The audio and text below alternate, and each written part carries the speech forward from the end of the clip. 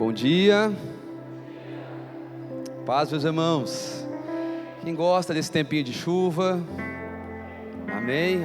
Tem quem não gosta de chuva, gente?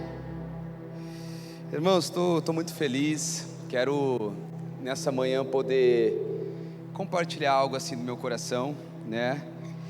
Não podia deixar de dizer, ontem também eu e a Amandinha completamos 11 anos de casados. A gente está muito feliz por tudo que o Senhor tem feito na nossa vida, né? Só tenho motivos para agradecer, né? Acordei feliz hoje, gente, feliz. E quero poder compartilhar um pouco dessa felicidade. Quero poder compartilhar um pouco daquilo que Jesus tem falado ao meu coração. O ano de 2026 tem sido um ano muito bom, assim, particularmente para mim. Mas eu creio que isso faz parte, é uma parcela também para a comunidade, para a origem. Abra comigo Lucas capítulo 22. Quero ministrar uma mensagem que em partes ela é provocativa também, desafiadora.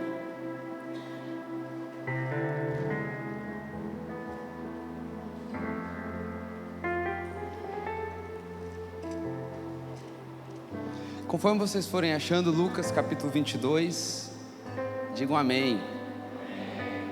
Se alguém não achou ainda, dá uma misericórdia aí.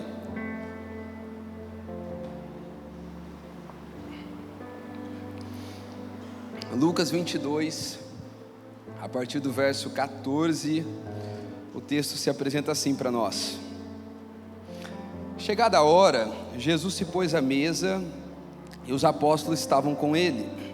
Então Jesus lhes disse: tenho desejado ansiosamente comer esta Páscoa com vocês antes do meu sofrimento, pois eu lhes digo que nunca mais a comerei até que ela se cumpra no reino de Deus. E pegando o cálice, depois de ter dado graças, disse: peguem e repartam entre vocês, pois eu digo a vocês que, de agora em diante, não mais beberei do fruto da videira até que venha o reino de Deus. E pegando um pão e tendo dado graças, partiu e lhes deu, dizendo: isto é o meu corpo que é dado por vocês, fazei isso em memória de mim. Do mesmo modo, depois da ceia, pegou o cálice, dizendo: este cálice é a nova aliança no meu sangue, derramado por vocês. Mas eis que a mão do traidor está comigo à mesa, pois o Filho do Homem vai segundo o que está determinado, mas ai daquele por quem ele está sendo traído. Então começaram a perguntar entre si, qual deles seria o que estava para fazer isso? Houve também entre eles uma discussão sobre qual deles parecia ser o maior. Mas Jesus lhes disse: os reis dos povos dominam sobre eles, e os que exercem autoridade são chamados benfeitores, mas vocês não são assim. Pelo contrário, o maior entre vocês seja o menor, e aquele que dirige seja como o que serve. Pois qual é maior, aquele que está à mesa ou aquele que serve? Não é verdade que aquele que está à mesa? Pois no meio de vocês eu sou como o que serve. Vamos orar? Jesus, nós queremos nessa manhã te agradecer, Pai, orando, clamando por graça, pedindo por misericórdia. Deus, só o Senhor tem a porção que nós precisamos. Eu oro aqui para que nessa manhã, da mesma forma que o Senhor repartiu o pão entre eles, repartiu o suco, o vinho entre eles, eu oro pedindo para que Teu Espírito venha repartir uma porção entre nós, Pai. Eu oro, Pai, para que o Teu corpo que foi partido naquela cruz, ele venha a ser o alimento espiritual que vai ser repartido entre os meus irmãos, Pai. Ó Jesus, falar do Seu nome já é uma grande dádiva, mas eu queria orar pedindo para que o Senhor trouxesse a Sua presença, conforme vamos falando do Seu nome, porque se Sua presença vier aqui nesse ambiente, Deus, tudo fará sentido. Se a Sua presença permear os nossos corações, como quem sente o seu coração aquecido, conforme a Sua palavra vai sendo revelada, vai sendo compartilhada, Pai, vem sobre nós, Jesus, faça presente aqui no nosso meio. Amém, gente? Irmãos, primeiro, eu estou muito feliz do Juninho estar aqui ministrando com a gente. Quem ficou feliz aí, gente? Estou muito feliz. Não que não estamos por todos que ministram, amém? Sempre somos muito felizes, mas é muito interessante olhar para o Juninho, porque a gente sabe que ele começou os passos em Cristo aqui na comunidade, e começou a dar os seus primeiros passos na música aqui na comunidade também, né? Então é uma coisa que eu desejo ver mais, meus irmãos, seus filhos dando os primeiros passos aqui, pessoas que a gente está ganhando para Jesus dando seus primeiros passos aqui, é uma grande alegria. Eu estava ali celebrando por Jesus e celebrando pelo Juninho, sabe? Que coisa boa assim, né? Irmãos, vamos lá. Essa aqui é a famosa última ceia, né? Aqui Jesus, a gente leu que ele diz aos seus discípulos que ele estava ansioso para ter esse momento com os discípulos. Sabemos que depois desse momento Jesus ele é preso, ele é entregue aos romanos, né, através do beijo ali de Judas. Depois desse momento Jesus ele é crucificado. Jesus vive aquela agonia da distância do Pai, porque ele levou todo o nosso pecado. E é interessante que nesse último momento de Jesus, o que ele escolheu fazer. Há quem diga que no momento ali da sua morte, a gente de fato vai pensar naquilo que é importante, e eu acredito que deve ser mais ou menos, que deve ser isso mesmo, né? Mas eu quero falar hoje um pouco sobre comunhão, gente. Eu quero falar um pouco hoje sobre relacionamento profundo, né? A gente vive hoje a era da comunicação, mas a gente nunca teve uma comunicação tão superficial, quem concorda? Então a gente tem um smartphone, um iPhone, que numa questão de segundos a gente está, sabe, em contato com o mundo todo, mas ao mesmo tempo parece que nós perdemos o vigor da profundidade. Parece que ao mesmo tempo a gente não consegue se conectar de alma com ninguém. Parece que ao mesmo tempo a gente já teve aquela impressão assim, gente, não sei, né? Vou sempre desnudando o meu lar aqui para vocês, mas parece que você e sua esposa estavam em casa, não tinha tanta coisa para conversar, mas de repente chegou no trabalho, chegou em um compromisso, parece que tem 1000 assuntos para trocar de mensagem no WhatsApp. Já aconteceu assim com você? Aí você fica pensando, mas em casa a gente não estava conversando, de repente tem tanto assunto assim no WhatsApp, mas parece que de alguma forma a gente aderiu a isso. Então a nossa era é conhecida como a era da comunicação, mas de uma maneira paradoxal, para não dizer contraditória, nunca houve uma era onde a comunicação fosse algo tão superficial, né? E alguns fatores eu acredito que influenciam nisso. Talvez o primeiro fator é a correria da vida contemporânea. Todo mundo aqui tem uma vida corrida, amém, gente? Meu irmão, deixa eu te falar uma coisa, se você não tem uma vida corrida, tem algum problema com você, porque a vida ela é corrida, e aqui eu não estou exaltando uma rotina de exaustão, amém? Mas eu quero dizer com tudo que nos rodeia hoje.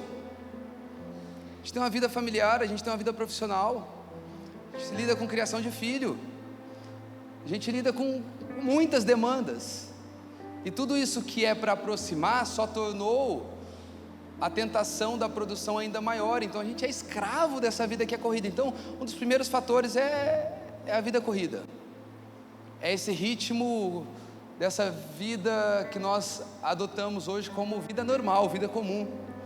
Um segundo fator é a mentalidade egoísta que é cultivada dos nossos dias. Então, você já ouviu aquilo, né?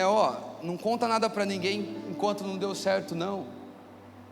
Né? E aí a gente fala, não, porque o irmão vai ter olho gordo, porque vai ter, né? E irmãos, acredito em pontos que tem coisas que é um ato de sabedoria a gente guardar, para que não venham tantas vozes de fora para distorcer o nosso coração diante de uma decisão importante, amém? Mas a grande verdade é que a gente vai hoje se protegendo, colocando muitas camadas. E por quê? Porque a gente tem uma mentalidade egoísta. O importante é a gente vencer, o importante é a nossa família vencer. Então a gente já não se põe mais numa vida de relacionamento, porque irmãos, se relacionar profundamente com alguém ou com uma família, em algum momento vai custar muito. Em algum momento que era para você estar correndo bastante, você vai ter que esperar alguém para andar junto com você. Em algum momento que você queria ir naquele restaurante incrível, mas você está se relacionando profundamente com uma família que não tem condição daquele restaurante incrível, aí você tem que reduzir ou paga a conta, né? Mas de alguma forma vai custar um pouco. Então o primeiro é a correria da vida contemporânea, depois é porque a gente tem e cultiva uma mentalidade egoísta. Mas também, meus irmãos, é porque nós não queremos uma vida de relação profunda, de comunicação profunda, é porque muitas pessoas estão feridas, porque acreditaram, porque entregaram o seu coração, entregaram o seu tempo, porque foram sinceras, pura como a água, e alguém não usou bem a sua confiança, alguém traiu a sua confiança. E hoje para você é um desafio acreditar que você pode, de maneira segura, se abrigar no conforto de uma relação com um irmão, com uma família, com uma comunidade. Então eu acredito que, entre tantos desafios, esses talvez sejam, não os 3 principais, mas estão entre os principais. E quando nós pensamos em comunhão, e nós olhamos para nossa casa, qual móvel da casa a gente pensa assim?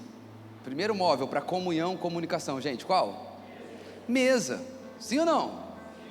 Hernandes Dias Lopes, ele vai dizer que a mesa não é apenas um móvel da casa, mas um emblema de comunhão e relacionamento.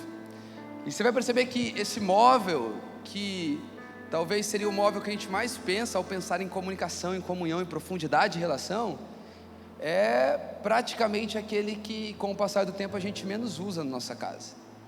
A gente tem trocado o lugar à mesa pelo nosso próprio sofá, pela nossa própria cama, que, diga-se de passagem, que hoje te ama ter aquela televisão na cama, né? Antigamente, não sei se você vai lembrar o que os antigos vão dizer, quando alguém ia comer na cama, o que os antigos diziam, gente?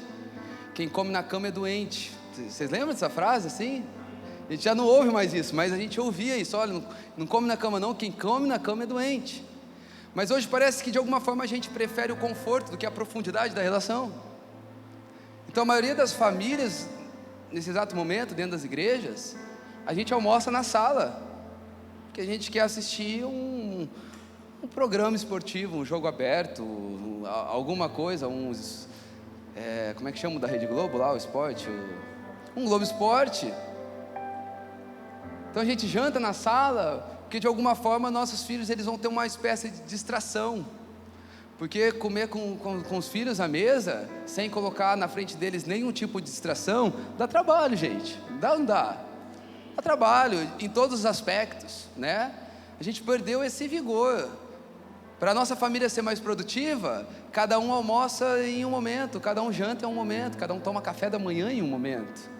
Porque enquanto o pai está cuidando das crianças, a mãe está podendo tomar o café em paz. Enquanto a mãe está cuidando das crianças, o pai pode almoçar em paz. Só que a grande verdade é que a gente está perdendo uma das grandes dádivas da vida,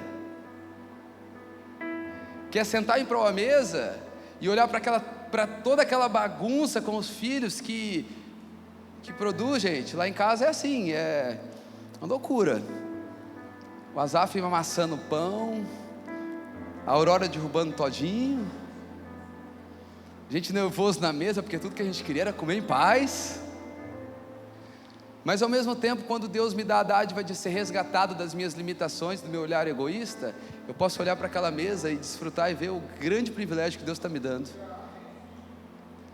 Mas a grande verdade é que parece que a gente tem perdido esse lugar.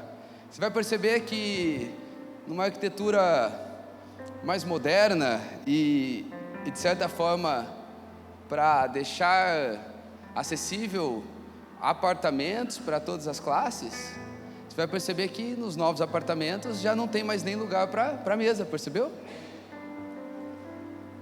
Tem uma sala boa, tem uma cozinha estreita e já não tem mais espaço para mesa. E talvez a gente poderia pensar aqui que tudo isso é simplesmente para praticidade. Mas a grande verdade, e eu falo pouco sobre isso, eu quero dizer com todas as palavras que eu vou dizer agora, existe uma estratégia demoníaca para tirar dos nossos lares esse lugar de uma relação mais profunda. Existe uma estratégia, por trás disso tudo. Não estou dizendo, gente, que por trás de um MRV tem uma estratégia demoníaca, amém? É uma bênção na vida de muitas famílias, de muitos casais, é uma bênção. Não estou dizendo sobre isso. Mas que de fato, tirar a funcionalidade da mesa, irmãos. Faz quanto tempo que a gente não senta com a nossa família na mesa? E aqui eu não vou nem ir para o lugar de abrir a Bíblia, mas que a gente já não abre mais o coração. que a gente já não fala mais do que está passando dentro da gente. Há um esforço para a gente viver dentro da mesma casa com um estranho, com uma estranha.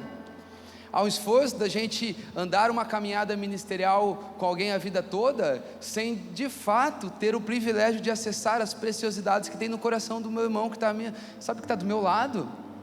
Há um esforço da gente frequentar uma igreja todo domingo, mas a gente não tocar o coração, não tocar a alma, não ser tocado pelo outro, porque a gente perdeu o significado do que é sentar, do que é andar na jornada com alguém, desfrutando dos tesouros que o outro tem, meus irmãos, sem interesse, só a alegria de conhecer, só a alegria de olhar para a jornada do outro e apreciar Jesus através da jornada do outro. Porque entre tantas formas que Jesus se faz conhecido, tem uma forma que você vai precisar do seu irmão, é quando ele se faz conhecido através do outro. Agora, a grande dificuldade é quando o outro é alguém muito perto da gente,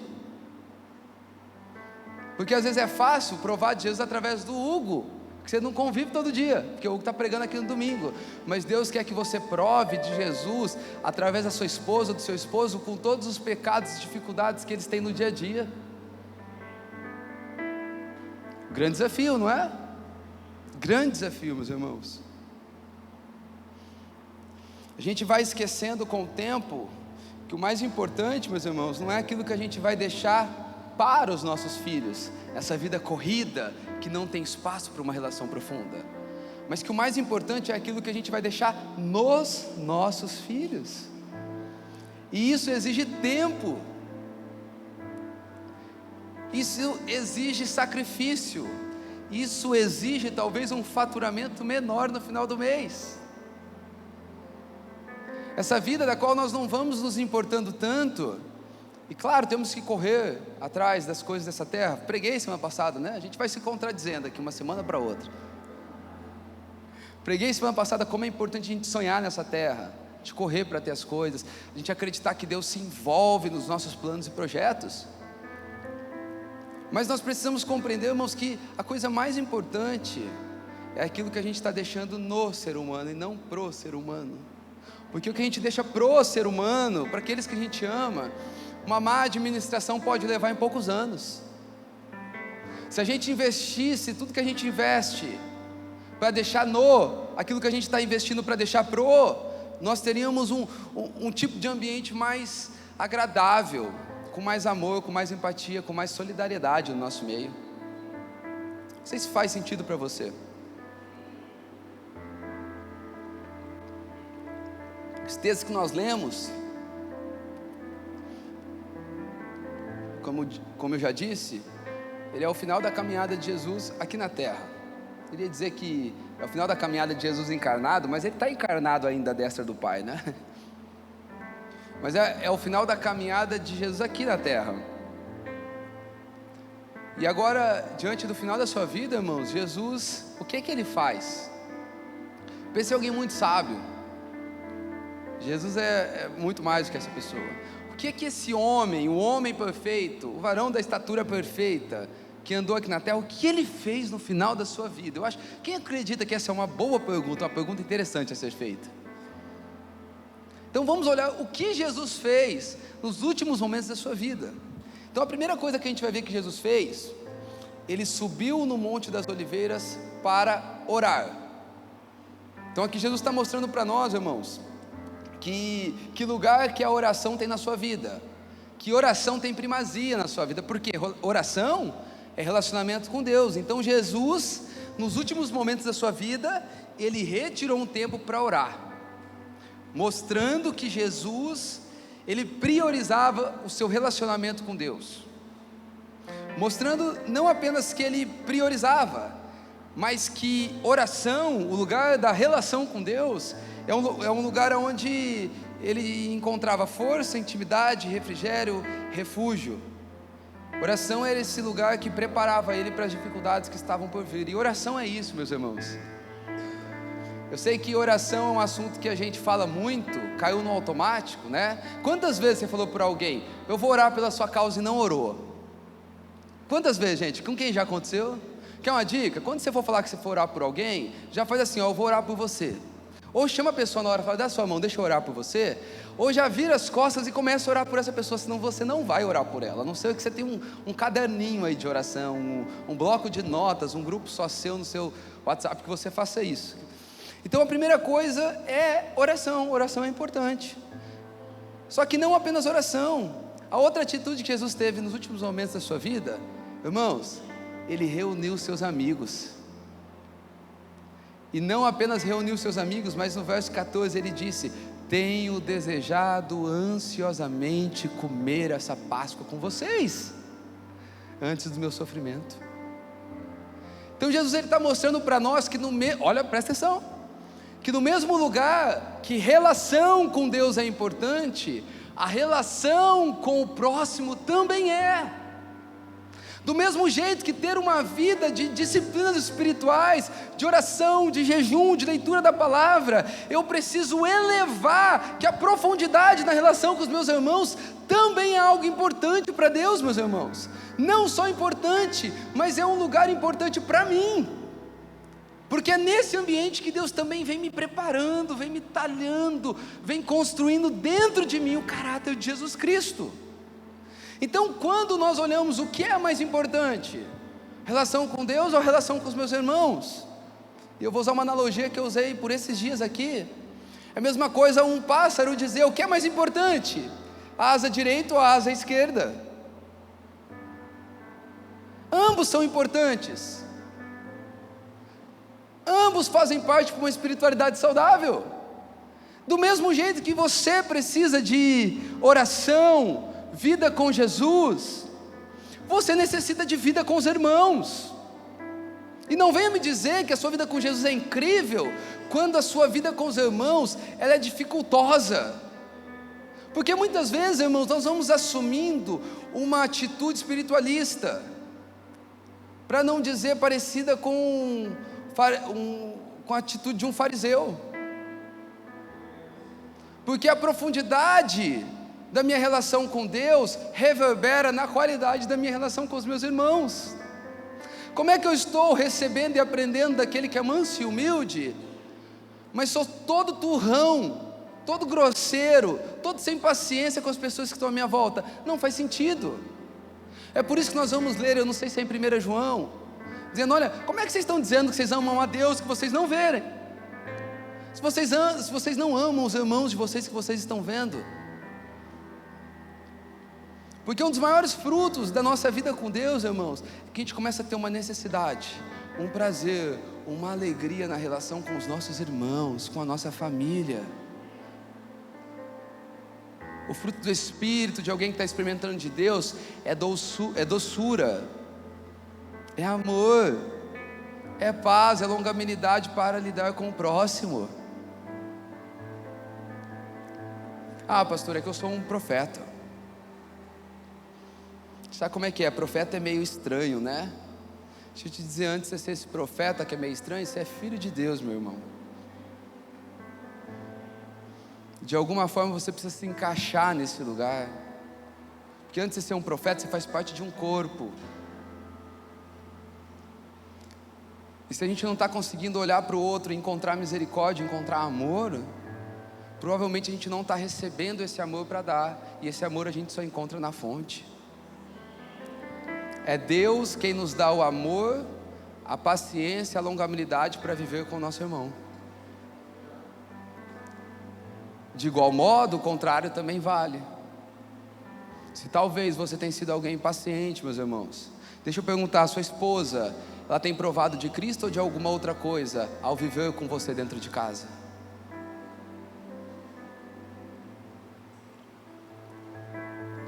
Porque há tempos atrás a igreja era muito desse lugar, ministro incrível de avivamento dentro da igreja, mas um péssimo pai dentro de casa, uma péssima esposa dentro de casa.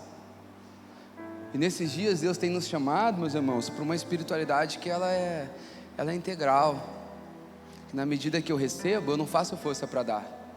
Aqui ninguém está dizendo que a gente não vai ter dificuldade com personalidade, amém? Tem gente que é mais tranquilo, tem gente que é mais arrependimento rápido, sinal de que Deus está naquela vida. Então Jesus aqui, ele está expressando a importância que a comunhão tem na vida dele. Antes de morrer, meus irmãos, antes de ser crucificado, ele traz seus amigos para a mesa. Ele vem compartilhar com seus amigos. E ele está nos ensinando com isso o quanto a comunhão, ela é importante para a gente suportar os processos da vida que muitas vezes não são fáceis. Irmão, todo mundo deveria ter alguém mais maduro na sua vida, amém? E todo mundo deveria ser alguém mais maduro na vida de alguém. Todo mundo. Olha para a sua vida, vê se você está encontrando isso. Porque a comunhão, a relação profunda, ela não apenas prepara a gente para as dificuldades que a vida traz, mas ela é um porto seguro em meio às dificuldades. Você teve a alegria de estar passando por aquela dificuldade gigante, mas você tem alguém para ligar? Alguém que você sabe que vai te ouvir, vai te exortar porque te conhece, mas sem julgamento. Vamos lá, a gente está com saudade de ter isso ou não, gente? Estamos com saudade dessas coisas. Temos dificuldade com essas coisas, porque a gente tem uma tentação de performar. Então, como que eu mostro para o outro aquilo que eu estou passando? O outro vai pensar que eu não sou tão aquilo que ele pensava sobre mim.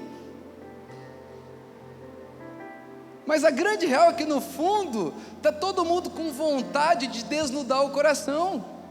Irmão, você não foi chamado para performar. Deixa eu te falar, você tem uma condição, a tua condição é: todos pecaram, destituídos da glória de Deus estão.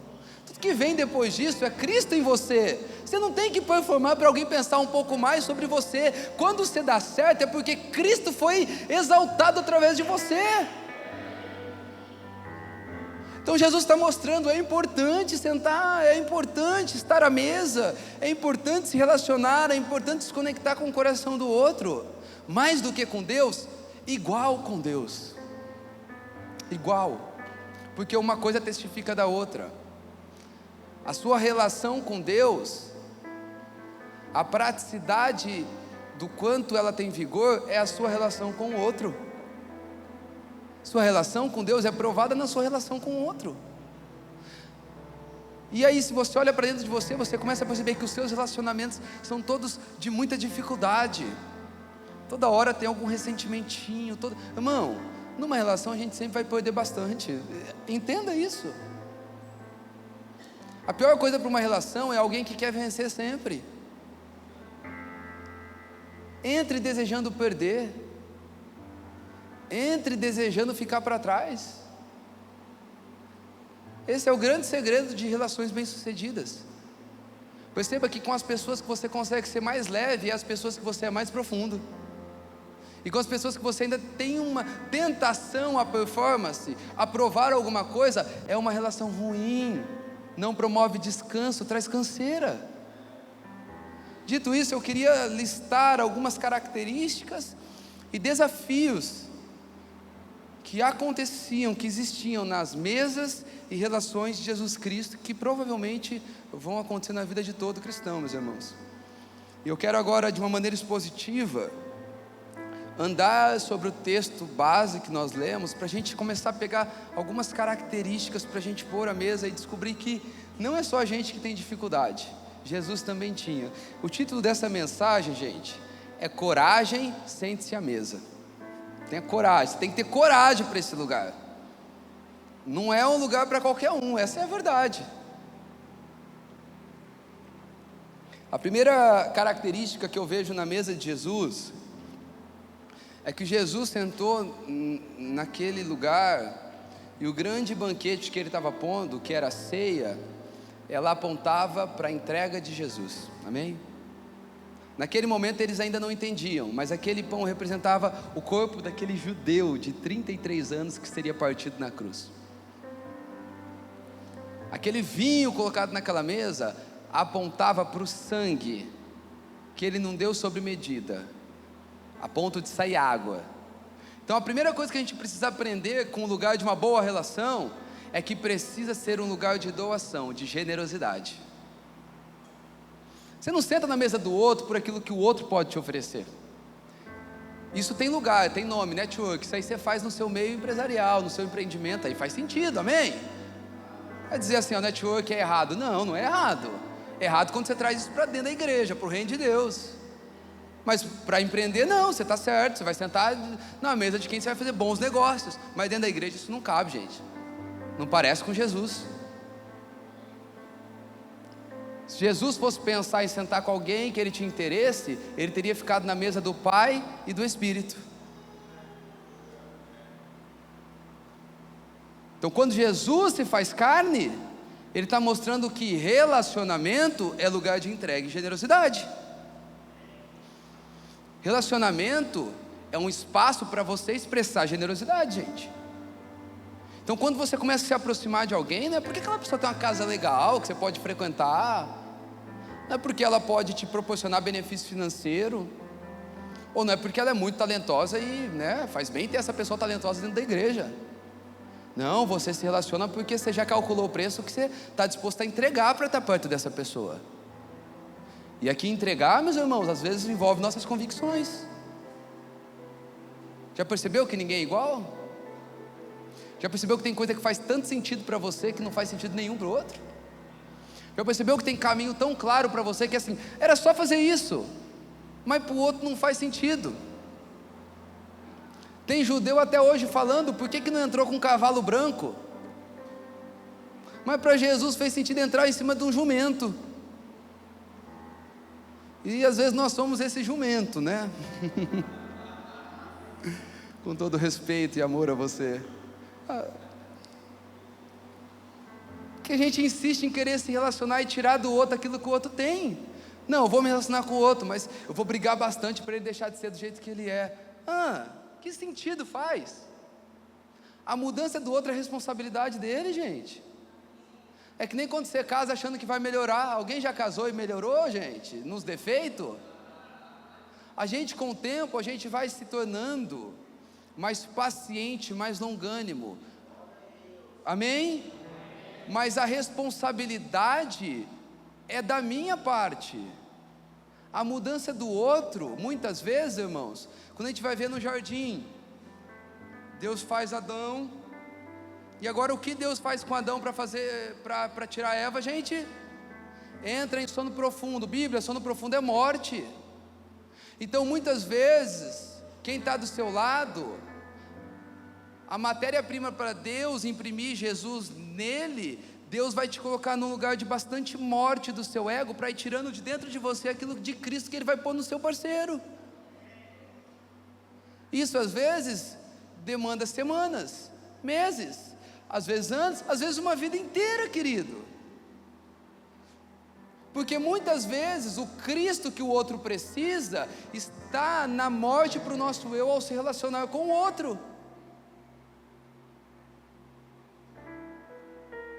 Já teve aquela atitude constrangedora de abrir mão da sua vontade, que o outro ficou um tanto assustado e quis até ser generoso com você depois da sua atitude? Quem aqui já viveu isso? Preparado que você ia brigar, e de repente naquilo que você sempre brigou, você foi generoso. Aí o outro olhou e falou: também não quero brigar, eu pago, eu saio lesado. Porque relacionamento é esse lugar, gente. Jesus sentou com eles porque Jesus estava disposto a dar. Dallas Willard, ele vai dizer o seguinte: a prática da generosidade nos liberta da tirania do ego e nos ensina a viver o reino de Deus. A gente precisa entender que depois de amar a Deus, o que mais traz significado e sentido para o coração do ser humano é amar e servir o próximo. Você nunca vai encontrar mais alegria do que nesses dois lugares: amando a Deus e amando e servindo o próximo. Irmãos, porque afinal de tudo, senão a gente vai perder o significado. Por que a gente faz tudo que faz? É para Jesus, amém? E para de alguma forma ser um instrumento para Jesus tocar a vida do outro. Vamos lá. Quando Jesus vai dizer assim: olha, a seara é grande, poucos são os trabalhadores, vocês estão dizendo ainda não é tempo, mas eu estou dizendo, levantem os olhos, já é tempo de colher. Jesus está falando de trabalhadores para quê? Seja inteligente nesse momento. Trabalhadores para fazer o louvor da igreja. trabalhadores para fazer a live da igreja. Não, meus irmãos, quando ele está dizendo que os campos estão brancos, poucos são os trabalhadores, ele está falando sobre trabalhadores que vão conhecer a Deus e que vão fazer Deus conhecido. Quando ele está falando de trabalhadores, eles estão falando de pessoas para se comprometer com a vida do outro, pessoas para tocar a vida do outro, pessoas para serem o meio pela qual a salvação de Deus vai chegar na casa do outro. É disso que Jesus está falando. Está dizendo, vocês estão falando, não chegou o tempo. Eu estou dizendo, chegou. Cadê os trabalhadores? É óbvio, Deus salva por meio do louvor, Deus salva por meio de tudo que a gente faz para Ele, mas no fim disso tudo, se quem está trabalhando, fazendo uma função dentro da igreja, não tem no seu coração o desejo de servir diretamente, com amor, portas abertas e conta bancária aberta para servir o outro, é quase que uma hipocrisia ou uma falta de entendimento. Faz sentido? Há uns bons anos atrás, na comunidade que a gente fazia parte, né, alguns já ouviram a história do Ted, mas a gente tinha um amigo lá no nosso meio, né, o Ted já devia ter seus 35 anos, né, mas ele tinha a cabeça assim de um adolescente, né, ele tinha um atraso mental. E gente, o Ted, eu lembro uma época que a gente sempre saía para comer, sabe o Estrelinha? Lá no Ernesto Vettorazzo. A gente saía para comer com os jovens e começou a acontecer que sempre lá no Estrelinha a gente achou que eles estavam agindo de má fé com a gente. Por quê? Porque sempre dizia que estava faltando um lanche para pagar. E a gente falou, não, vamos ver o que está acontecendo. Sempre tinha, porque a gente saía em 25, 30 pessoas, todo mundo pedia seu lanche, ia pagando, e de repente, falta um lanche para pagar. A gente o que está acontecendo, né? Estão enganando a gente, sabe que a gente é crente, né? Crente é tudo bobo, né? E um dia a gente ficou meio atento ao que estava acontecendo. E a gente olha para o Ted, e o Ted está comendo. Só que o Ted não trabalhava. E quando arrumava um trabalho, saía muito rápido. Chegou no Ted, está comendo lanche, estou. Ted, como é que você está pagando? Né? Ele com aquela cara de inocente, precisa pagar? Eu lembro até hoje, ele falou, se quiser eu posso lavar a louça. E a gente entendeu, gente, que era o Ted que estava pegando aquele lanche. E o Ted, ele era alguém que dava muito trabalho. Ele morava ali no bairro João Paulo, né? No João Paulo II. E às vezes dava para dar carona, mas não era sempre. Só que o dia que não dava para dar carona, você falava para ele, Ted, não vai. Ele ia de bicicleta. E aí começaram a roubar as bicicletas do Ted. E aí os irmãos da igreja semeavam uma bicicleta, dava uma semana, Ted vinha, roubaram minha bicicleta e bateram em mim ainda de madrugada, né? Porque a gente ficava sempre até de madrugada para a rua. Lembro uma época também que eu vim para ministrar num culto do Ponto Alto, que eu acho que eram os cultos que eles estavam fazendo, se eu não me engano, chamava Sem Filtro, e era tarde.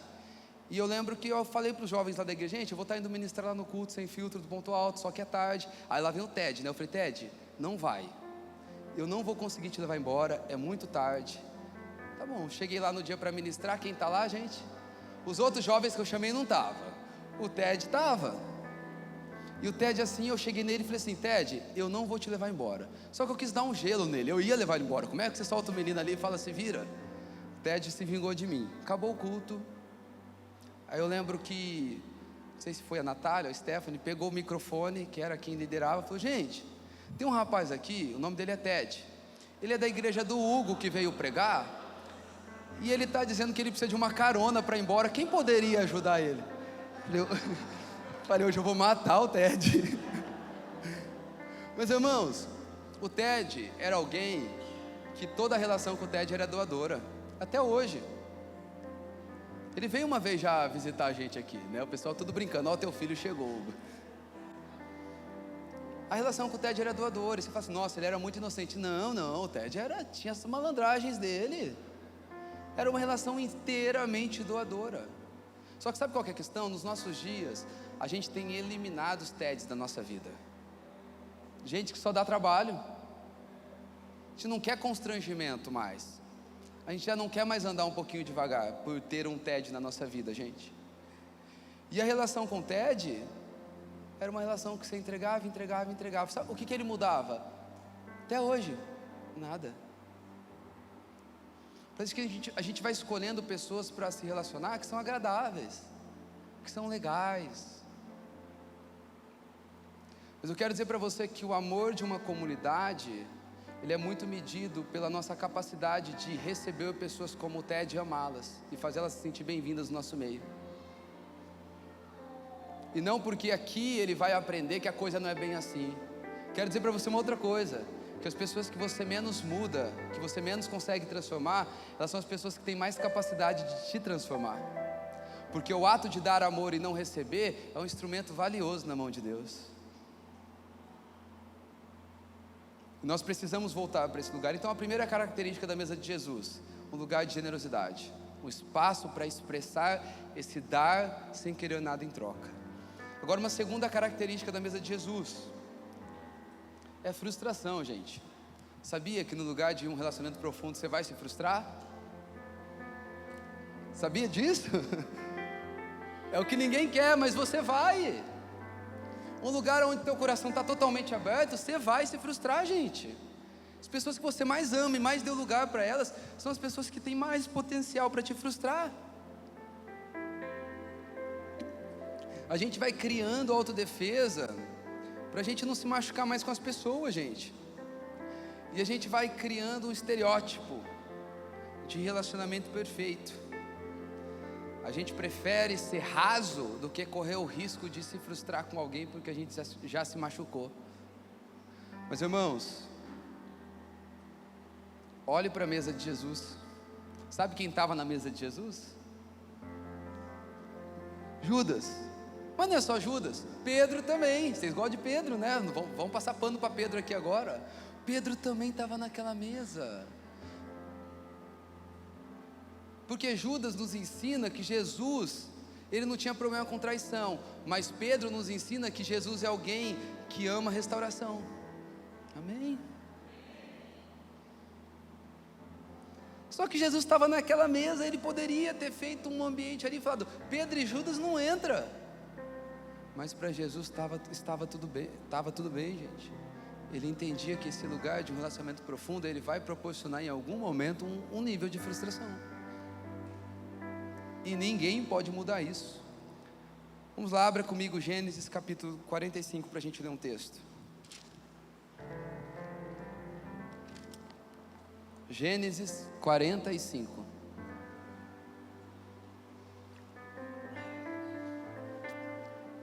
O texto diz assim: Então José, não conseguindo se conter diante de todos os que estavam com ele, gritou: Saiam todos da minha presença. E ninguém ficou com ele. Quando José se deu a conhecer a seus irmãos, ele levantou a voz em choro, de maneira que os egípcios o ouviam também da casa de Faraó. E disse aos seus irmãos: Eu sou José, meu pai ainda está vivo? E os seus irmãos não puderam responder, de tão assustados que ficaram diante dele. E José disse aos seus irmãos: Agora cheguem perto de mim. E eles chegaram, então ele disse: Eu sou José, o irmão de vocês, que vocês venderam para o Egito. Agora, pois, não fiquem tristes, nem irritados contra vocês mesmos, por terem me vendido para cá, porque foi para a preservação da vida que Deus me enviou adiante de vocês. Porque já houve 2 anos de fome na terra, ainda restam 5 anos que não haverá lavoura nem colheita. Deus me enviou adiante de vocês para que fosse conservado para vocês um remanescente na terra, para que a vida de vocês fossem salvas por meio de um grande livramento. E assim, não foram vocês que me enviaram para cá, e sim Deus, que fez de mim como um pai de Faraó e senhor de toda a sua casa, e como governador de toda a terra do Egito. Gente, poucos textos na Bíblia são tão desafiadores. Sabe o que está acontecendo aqui com José, gente? José foi vendido pelos seus irmãos. Sabe por que José foi vendido? Porque os irmãos tiveram ciúmes de José. Porque o pai fez uma capa igual para todo mundo, mas para José era o filhinho caçula. Ele fez uma capa diferente para José. José foi vendido para os ismaelitas, que venderam José para o Egito. José foi trabalhar na casa de Potifar. José foi fiel ao Senhor na casa de Potifar, foi acusado injustamente, José foi preso, e José está lá esquecido. José tinha um dom maravilhoso, que era um dom de sonhar, um dom profético de Deus para a vida dele, e também esse foi uma das causas dos ciúmes dos irmãos, porque ele tinha esse dom. Agora ele está lá no presídio, ele tem um dom, ele interpreta um sonho de 2 prisioneiros. Um dos prisioneiros sai, vai trabalhar na casa de Faraó, ele esquece também de José. Sabe qual que era o lema da vida de José? O esquecido, aquele que ninguém lembrava. Irmão, qual seria o seu emocional no lugar de José? Ele não foi vendido por alguém estranho, ele foi vendido pela própria família. Ele foi privado de um convívio familiar, amoroso. Aí ele chega no Egito, ele é fiel a Deus, ele não se deita com a mulher do patrão que todo dia está tentando ele. E por ser fiel a Deus, agora ele é lançado na prisão do Egito. Pensa você nesse lugar. A Bíblia não são histórias a Bíblia não são parábolas, a Bíblia são histórias verídicas. Agora lembram de José, porque Faraó teve um sonho que ninguém estava interpretando. José interpreta o sonho de Faraó, José se torna o governador do Egito, irmãos. A terra agora vive um tempo de fome, mas José disse que antes viria um tempo de fartura. No tempo de fartura, o Egito estocou alimento. Agora, enquanto está todo mundo com falta, o Egito é aquela nação, aquele reino que mais ia crescer. E agora, certo dia, os irmãos de José vão até o Egito, porque a terra está tendo fome. E agora José se encontra com seus irmãos. Imagina agora você do outro lado, você se encontrando com alguém que você vendeu, e agora essa é uma das pessoas mais poderosas da terra. Diz que José afirma: sou eu, papai está vivo? Os irmãos não conseguiram responder, porque naturalmente era para José dizer: faca, espada em todo mundo, traz só o papai e o irmão que é mais novo, que nasceu depois, Benjamim, aqui para cá. Só que sabe o que eu olho em José, gente? Alguém livre. E sabe por que era alguém livre? Porque José não estava preso em todos os sentimentos pelos seus irmãos que fizeram aquilo com ele. José estava dando ênfase a tudo que Deus agregou a ele, quando ele passou por aquelas dificuldades que os irmãos proporcionaram a ele. José estava sendo coerente com a fé dele. José não estava olhando e dizendo assim: olha, vocês só quiseram acabar com a minha vida, mas Deus me honrou. José era livre. Irmãos, quantos de nós tiveram desavenças lá atrás, e a gente está preso no sentimento, nem sabe dizer muito bem o que aconteceu, mas a gente se esqueceu que aquilo que causaram para nós, nos tornaram mais fortes, mais sóbrios, e nos alavancaram para ter a vida que a gente tem hoje. José está olhando e dizendo: não, eu sou livre do que eu senti. Não foi vocês que me colocaram na pior. Deus, através de vocês, me enviou na frente para ser um remanescente. Irmãos, quantas pessoas que sofreram muito na sua infância, porque a criação foi dificultosa, pais que talvez não amaram ou não expressaram da maneira que deveria, talvez o pai que foi embora de casa, talvez a mãe que não viveu da maneira certa, e agora Deus te deu uma vida boa e você está olhando: não, agora eu não quero. Meu irmão, aquela mãe que não soube fazer da forma certa, aquele pai que foi embora, ele foi o meio pela qual Deus estava fortalecendo as suas estruturas, para que hoje você fosse resposta para a vida deles. Quantas pessoas que nos feriram, e aí a gente está cheio de reserva. Seja sincero, hoje talvez a gente tenha dinheiro, sabedoria e um bom emocional para servir pessoas que a gente não está servindo, porque a gente está preso em sentimentos. Mas talvez Deus usou uma pessoa para ser malfeitor na sua vida, para te alavancar, para te empurrar de um lugar de conforto que você estava, que você nunca teria saído, para que você fosse resposta para a vida dessa pessoa lá na frente. Porque na mesa de Jesus tinha frustração, na nossa também vai ter. Você crê nisso? A Bíblia vai dizer, gente, esse aqui é um dos momentos mais bonitos da Bíblia, da história do povo de Israel. A Bíblia vai dizer que José chorava tão alto, que o choro dele se dava a ouvir na casa de Faraó. O Egito ouvia o choro da restauração. Eu quero dizer uma coisa para você, que os céus ouvem, tem barulho, tem impacto. O choro que está amargo aqui dentro há tantos anos, porque alguém causou algo para nós, o choro do liberar de perdão, isso tem barulho no reino espiritual. Tem muita gente presa, gente. Isso eu não faço mais, aqui eu não entro mais. Há quantos tesouros de Deus disponíveis para pessoas que estão presas na ofensa? Hugo, mas me traíram no pior nível. Aquilo foi o homem, e é isso que a gente vai esperar do homem. Mas para o coração que se inclina à restauração, meus irmãos, sempre vai ter um choro já preparado. O choro de José lavou a alma de José, mas o choro de José também redimiu a alma de todos os seus irmãos. E Deus tem nos convidado para esse lugar. Muitas vezes é a água do batismo que vai trazer alguém à salvação, mas às vezes vai ser as lágrimas de alguém que está liberando perdão que vai trazer alguém para a condição de filho novamente. Deus nos convidando. Essa é uma manhã da gente liberar as pessoas, gente. Essa é uma manhã de olhar para quem fez mal para a gente e dizer: obrigado, não foi você que me causou tanto mal, foi Deus que me viu na frente para poder estender a mão para você hoje. Faz sentido? Então vamos lá. Na mesa do Senhor é um lugar de generosidade.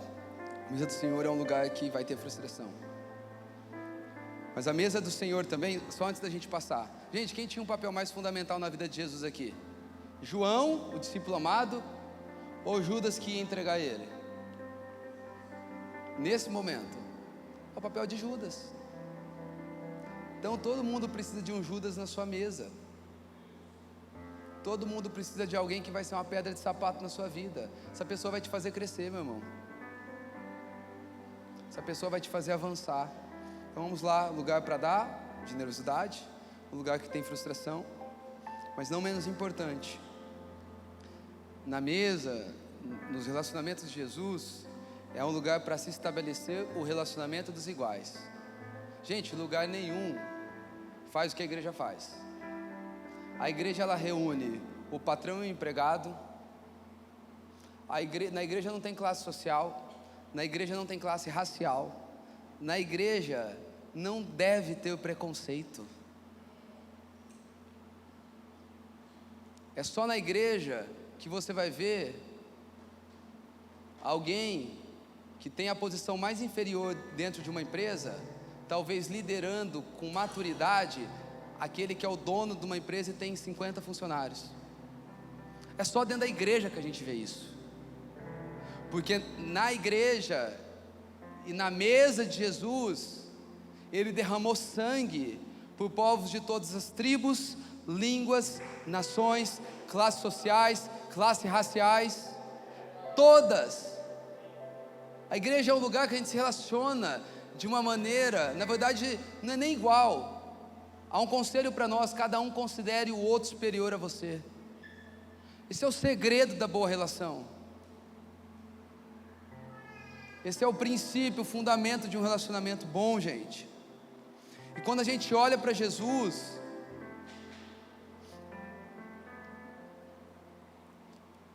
Jesus está aqui advertindo eles, porque no verso 24 vai dizer que Jesus põe a mesa, está partilhando da ceia com eles, e de repente começa uma conversa assim: quem é o maior entre nós? Então você percebe que isso é uma coisa velha da humanidade? Os discípulos estão olhando: quem será que é o maior entre nós? Mas Jesus está ensinando uma coisa: Jesus se fez carne para usar tudo o que tinha para servir. Jesus está usando o poder, o recurso que tem, para trazer dignidade de filho para aqueles discípulos. Olhe para Jesus, meus irmãos. Jesus desceu do trono para se ajoelhar no pé de homens normais e lavar o pé de homens normais. Imaginou? Jesus lavou o pé de Judas, gente. E a gente não quer mais nem andar, nem passar no mesmo quarteirão, nem mais no mesmo restaurante de alguém que nos ofendeu. Porque relacionamento é esse lugar. Filipenses 2, do 5 ao 8 diz assim: tenham entre vocês o mesmo modo de pensar de Cristo Jesus, que mesmo existindo na forma de Deus, não considerou ser igual a Deus algo que deveria ser retido a qualquer custo. Pelo contrário, ele se esvaziou, assumindo a forma de servo, tornando-se semelhante aos seres humanos, e reconhecido em figura humana, ele se humilhou, tornando-se obediente até a morte de cruz. Você quer se assentar na mesa de um Deus que nunca fez questão de se sentar no melhor lugar da mesa? Você quer se assentar na mesa de um Deus que disse para os seus discípulos: quem é o maior? O que está sentado à mesa ou o que serve? Na cultura da terra, os governantes, é eles que exercem poder sobre o povo. Mas na minha cultura, eu não sou o que está sentado à mesa, eu sou o que está servindo. E gente, para ficar bem claro, todo mundo gostaria de sair desse culto e ir lá para um farrogril, sentar na mesa e comer, amém? Ninguém queria ser o garçom que ia servir domingo, grande parte do seu dia trabalhando lá, sim ou não? Mas Jesus está dizendo: eu não sou aquele que chegaria com a minha família para comer, eu seria aquele que está colocando o uniforme para estar trabalhando e servindo as pessoas. Você percebe o paradoxo do evangelho pregado e o verdadeiro evangelho? Porque na mesa de Jesus, quem é maior serve os menores, os pequeninos. Acho que Tomás de Aquino vai dizer: toda riqueza acumulada é alguma coisa que nós tiramos toda riqueza acumulada é a falta de provisão e o roubo que nós estamos gerando na vida dos mais pobres. Não sou comunista não, amém? Deus me livre. Cada um tem que trabalhar mesmo para ter aquilo que necessita, e quem trabalha bastante tem sabedoria, tem que prosperar mesmo. Mas a grande verdade é que parece que a gente está nessa disputa, irmãos. Quem que é o maior aqui? Ainda Filipenses 2, do 1 ao 4 diz assim: portanto, se existe alguma exortação em Cristo, alguma consolação de amor, alguma comunhão do Espírito, se há profundo afeto e sentimento de compaixão, então completem a minha alegria, tendo o mesmo modo de pensar, o mesmo amor, sendo unidos de alma e mente. Não façam nada por interesse pessoal, por vaidade, mas por humildade, cada um considerando os outros superiores a si mesmo, não tendo em vista seus próprios interesses, mas também os dos outros. Jesus era Deus, Jesus é Deus, mas Ele Ele se despiu do seu lugar de ser Deus Filho, para restituir para você a condição de filho de Deus. Você precisa usar que Deus está te dando poder, que Deus está te dando recurso, que está te dando para trazer dignidade para a mesa, para a casa de alguém, meu irmão. Percebe que essa mensagem era quase uma continuação da semana passada, em partes, em princípios, em fundamentos. Eu gosto muito de um texto que está em 2 Samuel capítulo 9, verso 13, que diz assim: Mefibosete morava em Jerusalém, porque fazia suas refeições sempre à mesa do rei. Ele era coxo de ambos os pés. Irmãos, quem que era Mefibosete? Mefibosete, ele era filho de Jonatã, neto de Saul. Davi tinha uma aliança com Jonatã. Sabe qual que era a aliança? Que Davi cuidaria dos filhos da família de Jonatã. E agora Deus remove o governo, a família de Saul. Agora Davi, a Bíblia vai dizer que Davi um dia ele está lá no seu palácio, e ele pergunta: tem alguém da família de Saul que eu posso fazer algo por eles? Aí alguém vai dizer: olha, tem Ziba. Ziba era um dos servos. Ziba vai saber, chama Ziba.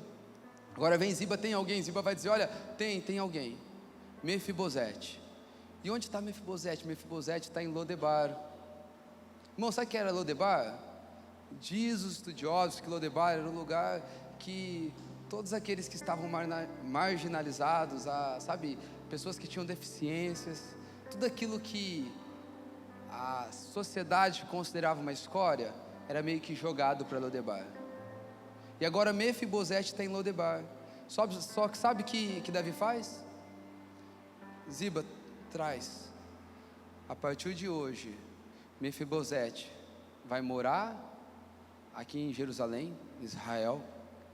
Ele vai comer na minha mesa, e eu vou restituir tudo aquilo que era de Saul. Irmãos, eu sei que a gente precisa fazer algo ligado a um assistencialismo social. Eu sei que a gente precisa levar cesta para as pessoas, mas eu quero dizer uma coisa para você, que esse não é o nível mais profundo de comprometimento com alguém. Assim como Mefibosete foi tirado da miséria quando Davi trouxe ele para sua mesa, muitas vezes a gente só vai tirar alguém da miséria não é dando cesta básica, é trazendo essa pessoa para o nosso lugar de comunhão, para a nossa casa. Quer tirar alguém da miséria? Sabe por quê, meus irmãos? O lugar de comunhão, a mesa de Davi, na vida de Mefibosete, restaurou o lugar que ele vivia antes da morte de seu pai. Irmãos, nós precisamos parar de ficar escolhendo as melhores pessoas para se relacionar. A gente precisa entender que Deus está nos chamando para trazer dignidade e restauração para a vida do outro que precisa de nós. Quantas pessoas assim tem na nossa rede de relacionamento hoje? Porque é isso que aconteceu com Mefibosete. Podia ser totalmente diferente. Irmão, sabe o que Mefibosete tinha? Quando Davi assumiu o reinado, era normal entre as famílias, porque qualquer um que ficasse vivo da outra família seria uma possível ameaça para a dinastia daquela família voltar ao reinado. Então diz que a ama de Mefibosete agora pega a Mefibosete e sai correndo com ele do castelo, porque Davi vai assumir o reinado. Então diz que ela cai, Mefibosete cai e ele fica aleijado das duas pernas. É por isso que Mefibosete está em Lodebar. Não prestava mais, não tinha mais serventia.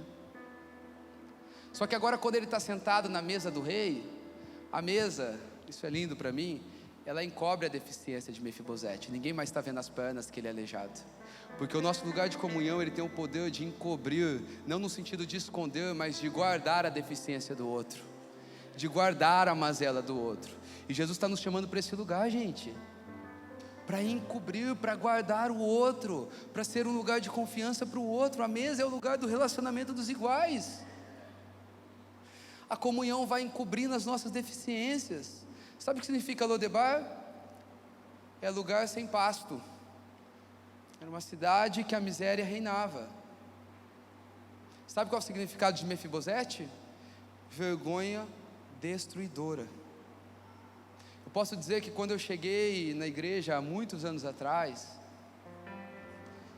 Jesus não salvou só a minha alma. Eu tinha várias limitações quanto à minha família, para sonhar, para desejar ter algo maior. A igreja foi o lugar onde eu recebi um resgate social, gente, onde eu comecei a acreditar que eu poderia. E eu quero dizer que a sua casa, ela pode ser um lugar aonde Deus vai restaurar sonhos na vida do outro. Precisa ser, gente. Amém? E por fim, a mesa é um lugar de vulnerabilidade. Amém? Lucas 22 fala desse texto, mas João também vai falar desse acontecimento. Em João 13:4 diz assim: eles ceiaram, então Jesus, ele levantou-se da ceia, tirou a vestimenta de cima, pegou a toalha e cingiu-se com ela. Jesus é o primeiro a tirar suas capas. Então não tem como você ter profundidade com os irmãos se você não tem vulnerabilidade. Irmão, o outro precisa conhecer quem você é, porque quem você é atributo primário para uma relação profunda. Então enquanto a gente está se relacionando com o pastor Hugo, quando a gente está se relacionando com o pastor Alisson, com o ministro Thales, a nossa relação, ela tem a ver com o trabalho, mas a gente precisa conhecer o coração. E para você conhecer o coração do outro, né?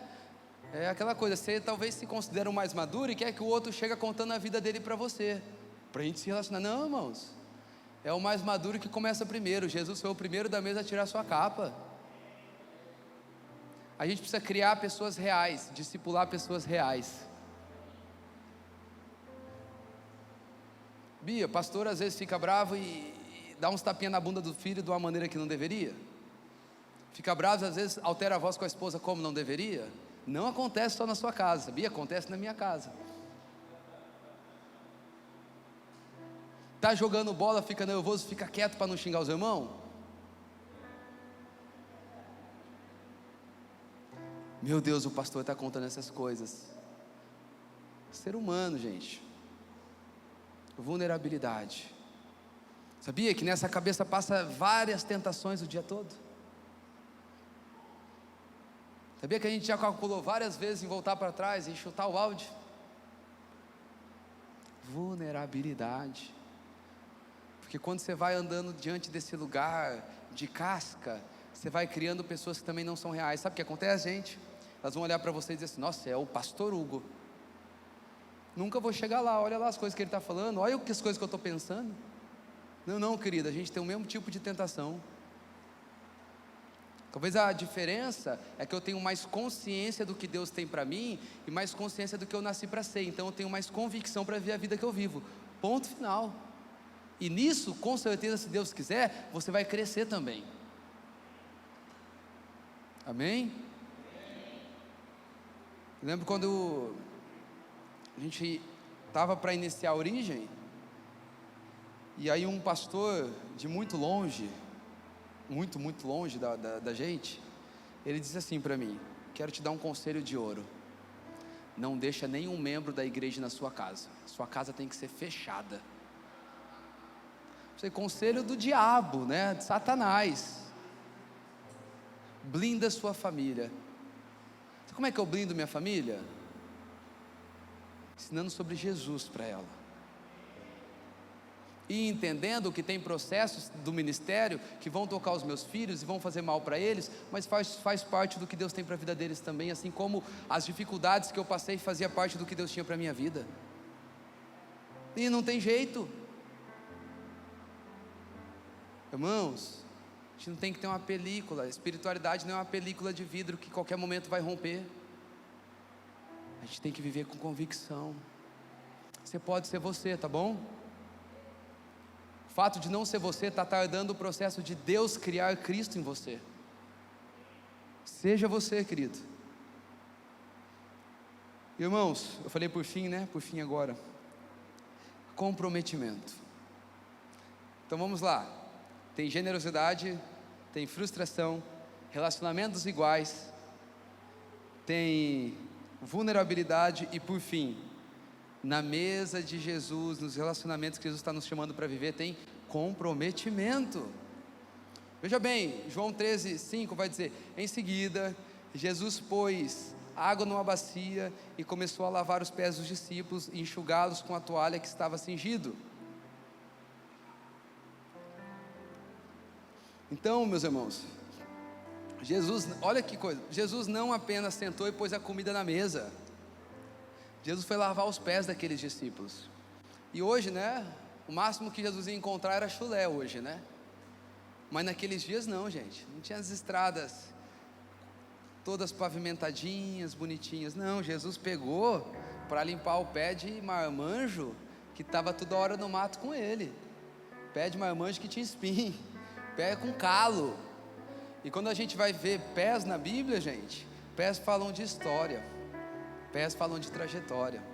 Então Jesus não sentava só na mesa para falar de futebol, mas Jesus sentava na mesa para se relacionar com a história de cada um daqueles que estavam naquele lugar, gente. E como compromete entrar na história de alguém, né? Gente, é constrangedor olhar para Jesus. Eu sei que nesses dias, né, prometi que não ia falar sobre isso e não vou falar sobre isso, mas tem um auê, né, por aí. E dentre tantas críticas, que eu cheguei a uma conclusão, eu não sei o que eu penso, tá bom? e me dou esse direito? De fato, a gente acredita que algumas pessoas não têm lugar na mesa. Porque sabe uma das grandes dificuldades que a gente está tendo com essa música, e acho muita coisa estranha? Não concordo, não discordo. É que tem uma pauta esquerdista nessa música. E só porque tem uma pauta esquerdista, a gente considera que tudo aquilo que é esquerdista não pode ter uma pauta bíblica.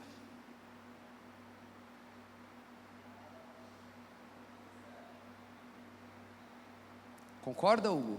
Cantaria? Faria? Não, de jeito nenhum. Acho que é estranho, acho que foi feito para causar, mas causa um constrangimento para o crente de direita conservador que está com a sua família em dia. Quero dizer para vocês, meus irmãos, essa é uma mesa que tem lugar para todo mundo. Você sabe por que tem lugar para todo mundo? Não é porque o céu tem uma porta grandona, é porque nessa mesa tem alguém sentado, que ninguém passa por ele e fica a mesma pessoa. Que a grande ênfase da mesa não é a mesa com povos de todas as tribos, línguas e nações. É que nessa mesa Jesus está lá. Foi Ele que preparou o grande banquete. E nesses dias Deus tem nos chamado para um lugar de comprometimento. Então não sai daqui falando: Hugo concorda com a música, tá? Não sei se eu concordo, não sei se eu discordo. Que tem uns negócios estranhos, tem.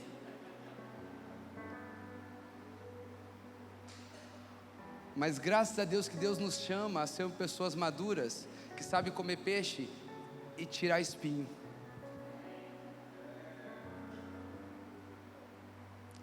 Ah, meus irmãos, todo mundo precisa de um TED na sua vida. Uma coisa eu tenho certeza: o nosso tempo precisa do Marco Teles também.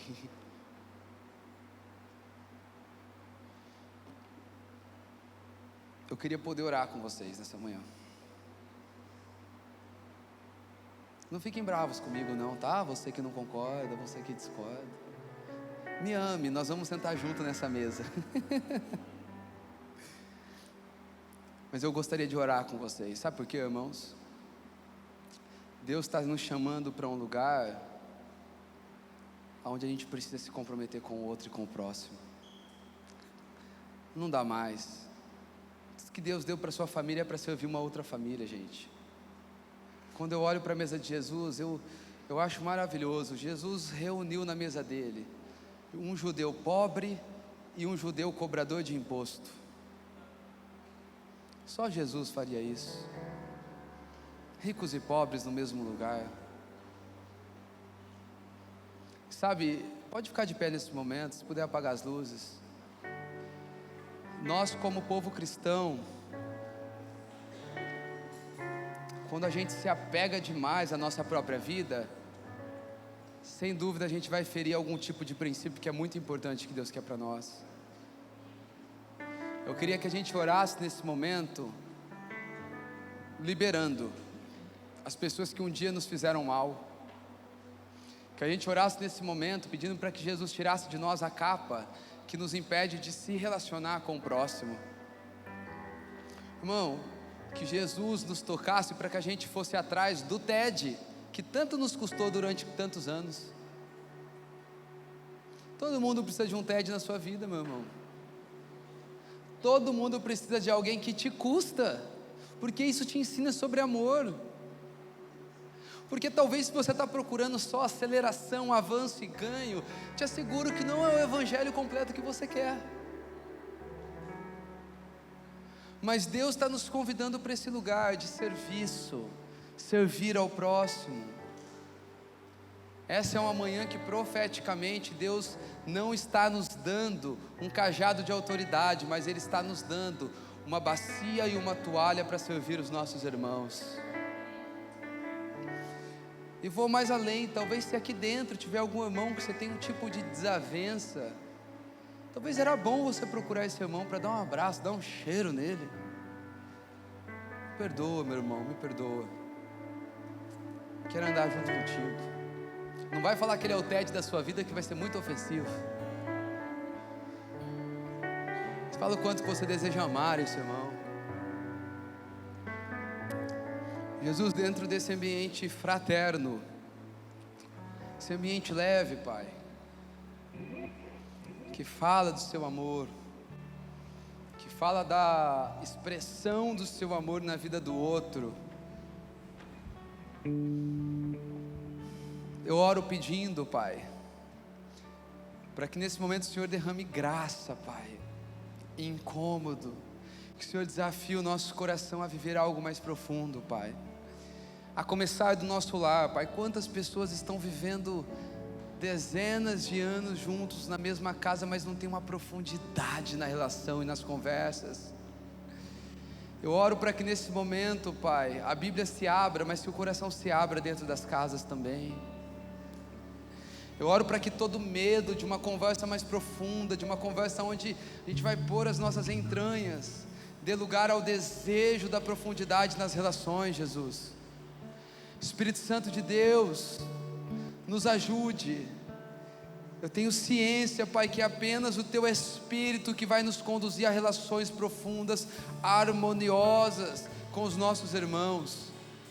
Eu oro te pedindo para que todo trauma, Pai, que o Senhor traga conhecimento sobre o trauma, Pai, pessoas que foram tão machucadas lá atrás, nos seus lares, dentro de igreja, dentro das relações.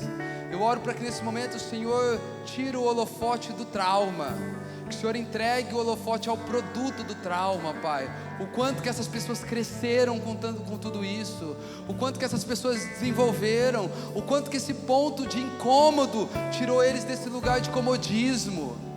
Jesus, restaure em nós o desejo, Pai, por essa relação que só o Espírito pode proporcionar. Restaure dentro de nós esse desejo, Jesus.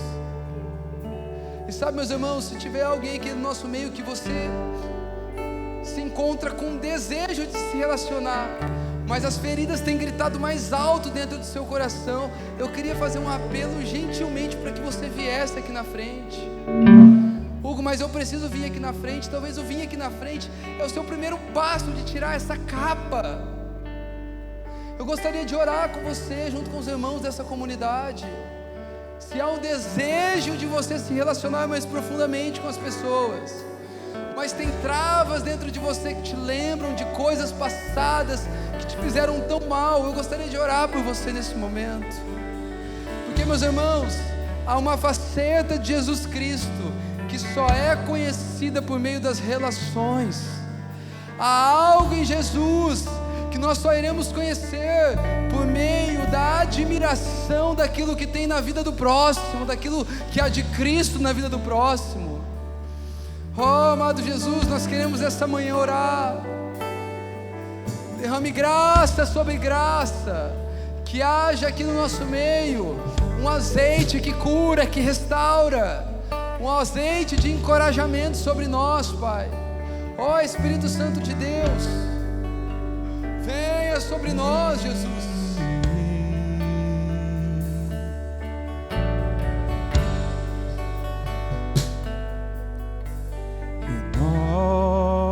Renova-me, Senhor Jesus. Já não quero ser igual.